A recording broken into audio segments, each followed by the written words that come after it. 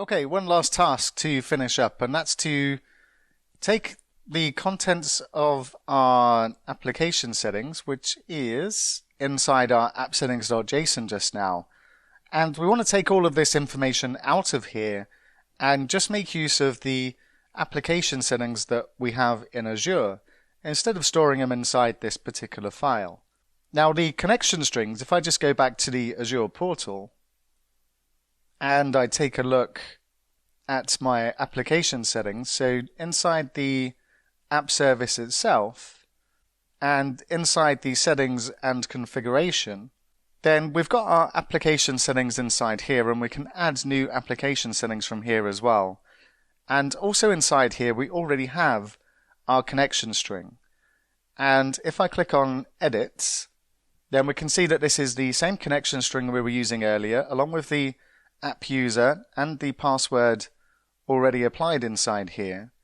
And I'm just going to change the name where it's got the lowercase d to a capital D, which matches what we've been using inside our startup class. So I just want to make sure we don't fall over because of a silly casing issue. I'm not even sure whether this is important, but I like to be consistent with what we've specified inside our startup class. So I'm just going to click OK on that one and click Save. And the rest of the app settings we can actually configure from inside the Azure App Service. So inside here we've got our application settings, which are visible from inside our VS Code extension. And what we can do is add new settings from inside here.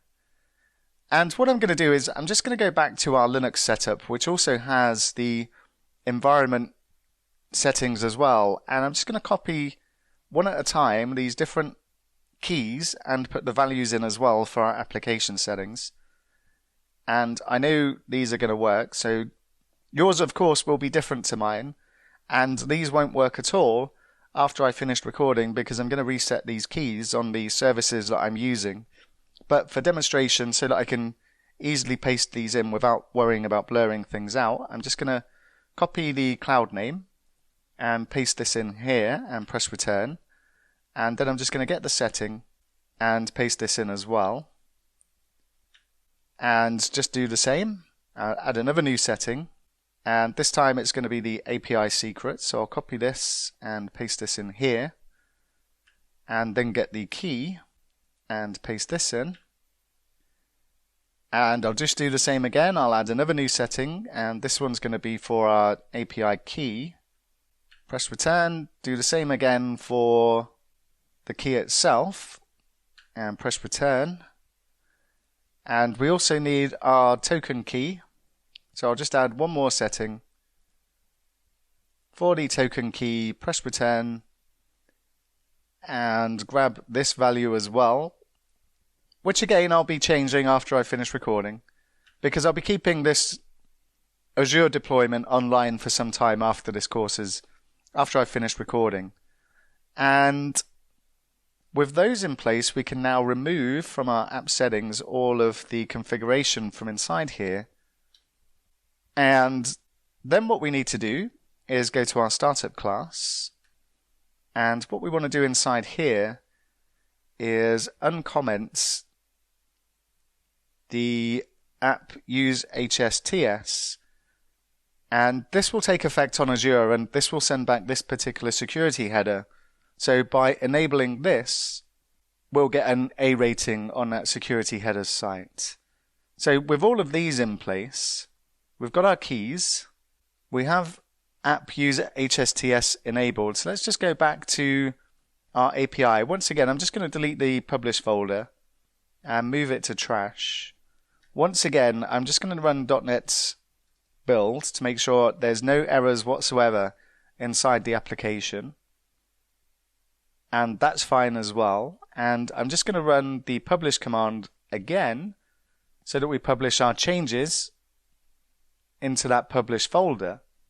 And then I'm just going to go back to the Azure extension and once again just deploy the changes to the Azure app. So I'm just going to click Browse, go into the API, go into the Publish folder, click Open, and deploy to reactivities.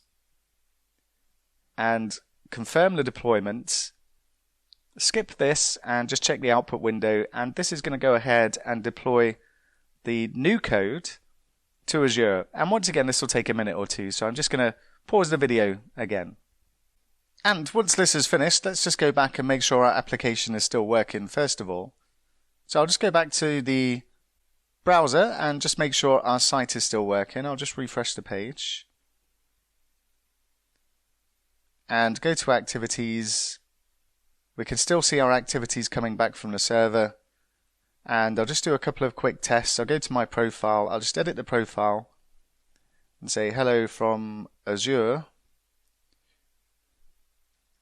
And click update profile and make sure this has persisted as well. So I'll just refresh the page, and that has. And if I just go to the photos and click on add photo, I'll just add another new photo inside here and upload this, and this is working as well. Perfect.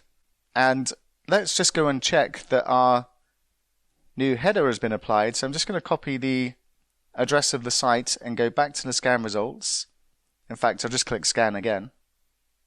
And now we get the A rating because we're now applying the strict transport security header. And this is as far as we're going, as I said, with the main part of this course. And what we'll do, just to finish off, is we'll commit our last changes into source control. And I'll just say end of section 22 and stage and commit these changes. And what we'll do is we'll wrap up with a final summary for this final section of this course.